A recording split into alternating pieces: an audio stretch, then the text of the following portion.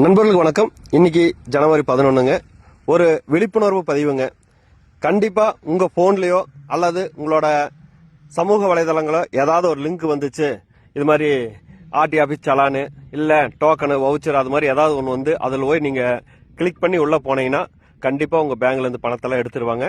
அது மாதிரி சம்பவம் தான் கோயம்புத்தூர் கவுண்டம்பாளையம் பகுதியை சேர்ந்த சாம்பேல் சந்திரபோஸ், வயசு 71ங்க. இவருக்கு கடந்த 8ஆம் தேதி இது மாதிரி ஒரு லிங்க் அனுப்பிக்கிறாங்க. ஆர்டி ஆஃபீஸில் நீங்கள் பணம் கட்டணும் சலான் அனுப்பிக்கிறாங்க. இவர் அதை ஓப்பன் பண்ணி உள்ள போய் பார்த்தா அவரோட பேங்க் அக்கௌண்ட்லேருந்து கிட்டத்தட்ட ஒரு 16,49,961 ரூபாயை மர்ம நபர்கள் தேடி இருக்கிறாங்க. உடனடியாக அவர் வந்து சிசிபியில் போய் கம்ப்ளைண்ட் கொடுக்குறாரு.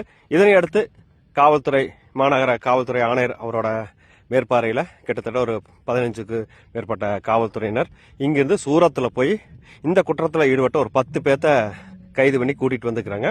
அவங்க கிட்ட இருந்து கிட்டத்தட்ட பார்த்தாச்சுன்னா ஒரு 3.5 லட்சம் ரொக்க பணம், அதே மாதிரி செல்போனுங்க கிட்டத்தட்ட ஒரு 10, அதே மாதிரி கிரெடிட் டெபிட் கார்டுக்கு ஒரு 311, ஸ்வைப்பிங் மிஷின் 1, செக் புக்கில் 1, இதெல்லாம் எடுத்து வந்து கிட்டத்தட்ட ஒரு 6,39,000 ரூபாயை மீட்டு கொடுத்துருக்குறாங்க. எனவே தயவுசெய்து மக்களே, உங்களோட செல்போனுக்கு மற்ற எந்த ஒரு SMS தேவையில்லாத லிங்க் எல்லாம் வந்தா தயவுசெய்து தொற்றாதீங்க, பணத்தை இழந்துடாதீங்க.